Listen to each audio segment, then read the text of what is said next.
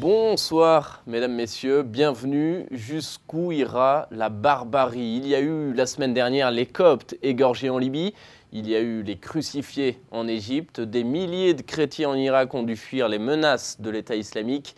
Et hier, c'est une centaine de chrétiens qui a été enlevée en Syrie. Suite à cela, ils sont actuellement plusieurs milliers à prendre le chemin de l'exode pour échapper à la barbarie justement des djihadistes.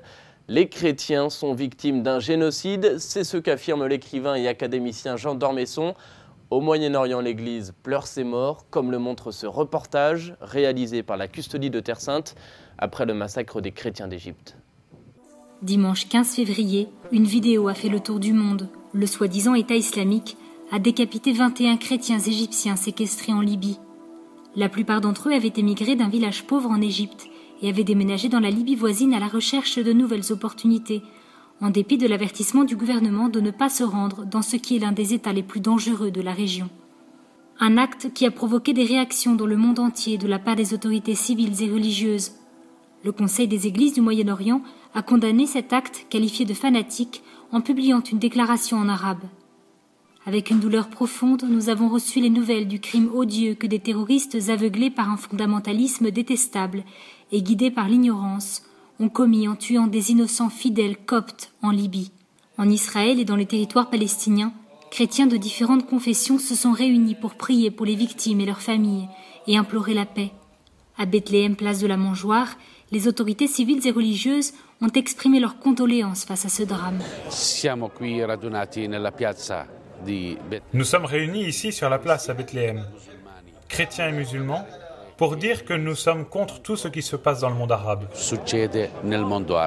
La vie est un don de Dieu. Nul n'a le droit de l'enlever. À Jérusalem, une messe a été célébrée au patriarcat copte orthodoxe, à laquelle ont participé de nombreux chefs religieux. Une église en deuil qui a choisi de prier pour ses victimes. L'archevêque de l'église copte à Jérusalem, Anba Abraham, a reçu les condoléances de toutes les personnes présentes. Nous croyons que toute agression envers une personne est une agression contre l'humanité, en particulier s'il est innocent. Nous sommes une église de martyrs et nous vivons le martyre de l'église depuis les premiers siècles. Ces événements ne nous font pas peur, mais nous rendent plus forts, plus persévérants et plus fermes dans la foi.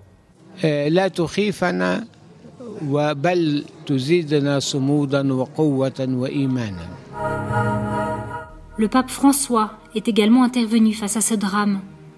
Le sang de nos frères chrétiens est un témoignage qui pleure, a dit le pape. Peu importe s'ils sont catholiques, orthodoxes, luthériens, coptes, ils sont chrétiens. Leur sang est le même. Leur sang témoigne du Christ.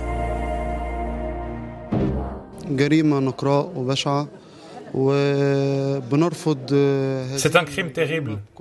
Nous rejetons ce crime dans tous ses aspects. Un acte dépourvu d'humanité qui n'a absolument rien d'humain. Tous les foyers sont endeuillés. Ils n'allument plus la télévision et ne font plus la fête. Au sein du peuple, la tristesse règne dans les cœurs de tous, coptes ou non coptes.